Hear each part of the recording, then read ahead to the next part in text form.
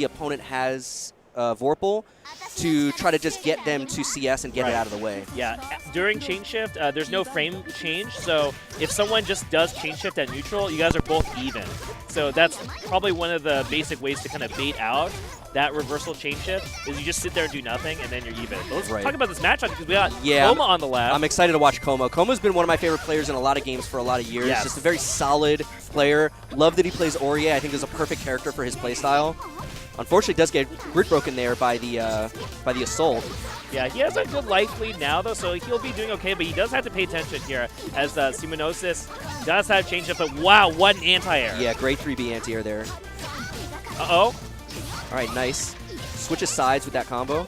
Yeah, SIMONOSIS going to probably use change shift here. No, oh, I think he wanted to do it, but I think he probably just missed the input, but COMA able to clutch that out. So COMA does take round 1 here. Starts with an A thrust. Yeah, so Aurier, a character we haven't seen yet on the stream before, but she just kind of does a lot of these thrusts, these lunges, to control mid-range space. She has some of the best mid-range normals as well. Yeah. So it's going to be an interesting match, as I think Aurier wants to get kind of close, but at the same time, it can be awkward as Nanase to even fight back at that range once things get kind of scary, so we'll see. And there, COMA used his chain shift to get a combo off of that very fast overhead, the Assault A. You see that meter usage also from COMA, summoning that kind of assist-looking super that forces the opponent to block, and then you can try and do an overhead or something to combo off of it. Really useful tool. And you can kind of throw it out even at neutral, kind of like COMA did, like almost full screen, because there's just so much block stuff. So it's like, I want my turn right now. Let's just throw this out there and see if we can make something happen. Yeah, so COMA up 1 game. Yeah, up a game. So yeah, you were talking about Aurier's playstyle. I like to think of her almost like the Street Fighter Vega of this game. Sure, yeah, Extremely fast walk speed, really good disjointed normals with the sword.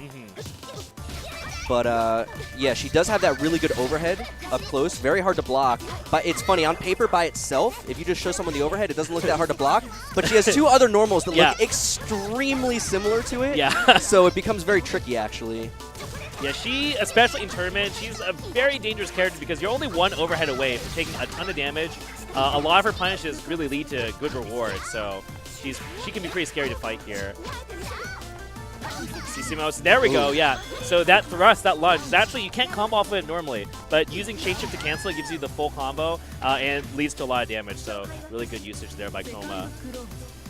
Yeah, and you can see just from these few matches that we've talked about so far, there's so many different ways to utilize chain shift. Yes. That's another thing. So you're going to see a lot of variety here about how players manage their resources. That's really what this game is all about. Yeah, that's a lot of where the playstyle comes into play, is just, you know, once you have these resources, how do you actually use it? Are you going to just hold on to it maybe and literally just stop your opponent from having it? Yeah, right. Because once you use it, it's just another chance for your opponent to actually try and get that resource. All right, but COMA going to close it out here with a very convincing 2-0. Good stuff from COMA. Looking forward to seeing more from him. Aurier is always a fun character to watch. Yeah. Aurier was one of the characters I was considering Yeah, I could see that. No, I definitely could see you playing Aurier. Yeah, when I first started playing, there were a couple of characters. It was Yuzu, Aurier. A lot of people were telling me I should play Carmine based on like Venom. Yeah, you can hold buttons and you can set traps and you got that kind of you know, you have that extra like control. Yes, I could see you playing Venom. I mean, well, I can see you playing Carmine. Yeah, no, actually, I kind of want to see that now. Yeah. That's cool. Well, it's funny because so a lot of people were telling me that when I was trying to pick a character. Yeah. And I was like, I hate how this character looks. I would never play this character. But now that I've been playing the game for a decent amount of time and I understand the game better and I understand the character better, I'm like, yeah, I could have played Carmine. Yeah. Like I'm perfectly happy with Yuzu. I love Yuzu, but but I think when I get to the point when I start learning characters to like secondary, Carmine's probably going to be the first one. Yeah, I definitely can picture you being very satisfied with that whole, like, you know, you knock them down, you put that trap, you wrap, and you're like, am I going to throw you? Are you going to try and do something? And then you just backdash, let it explode. Super long pressure strings with multiple opportunities to mix them up. Yeah, and we have, speaking of Carmine, in this tournament, we have Notes who is the best Carmine for sure. Rank 1. A lot of people are really excited to see him because he's just a fun player to watch. He's got lots of cool creative stuff with that character. And that I feel like that character is still like not fully developed, not fully explored. That so much potential. I see on Twitter all the time Fendo new tech, new like stuff, every week, new stuff, Yeah. new setups, new combos, new everything. Yeah, and School Bus is going to be here at this tournament. I don't remember which pool he is, but he's also another player to definitely look out for. Definitely had some great performances this year. I think he got a 5th at Combo Breaker. Yeah, I was going to say, I remember definitely top 8, yeah. Great performance for him, really put him on the map. And he's a player with many talents. You know, he plays Wagner as well as Carmine. He kind of pulled out his sick Carmine to clutch out a really important top 8 match. So looking forward to seeing him later on this bracket too. But there's just so many players to look out for, not only in just this block, but again, just with 1,100 players in the pools. I'm just sad that we can't see every single match, honestly. Yeah, there's going to be representation for every character. Yeah. So yeah, and like I said at the top of the hour here, the diversity in the characters in this game is just fantastic. There's really representation for every kind of play style. You got your long-range characters in Phonon and Batista and Yuzu. You got your rushdown characters. We saw some of those already. Akatsuki. Yeah. We talked about it in Kindu. Hopefully we'll be seeing Rakir in this yeah, block. no, definitely looking forward to that. Yeah, and you have some technical characters like Carmine and Chaos, like puppet characters. Really, the game just has there's something for everybody. Yeah. Grapplers. You know, yeah, grapplers. We got absolutely. There's some mix-up characters too, if you like that. So just very excited.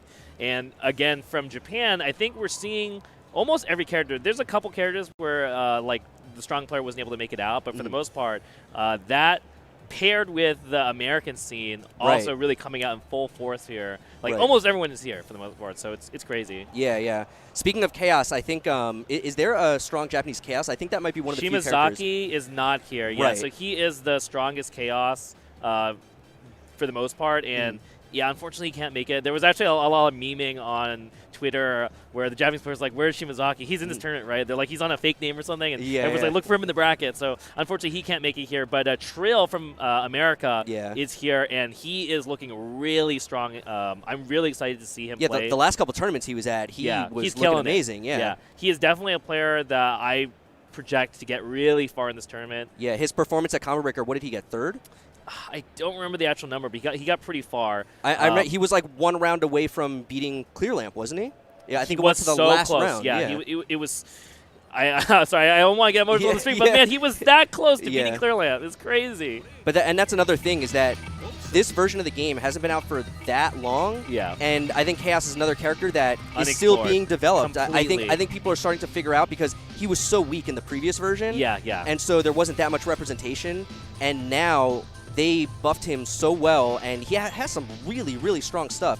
The thing about this game also is a lot of characters don't have that many like plus on block like pressure tools, right? Yeah. But Chaos has it in spades because all the pet cancels when you can reverse galling them, it's like 2A, and then it was like +3, +4. Yeah, it's crazy. Like, so that's a scary character. If you've never fought that character before, he will lock you down for a very long time.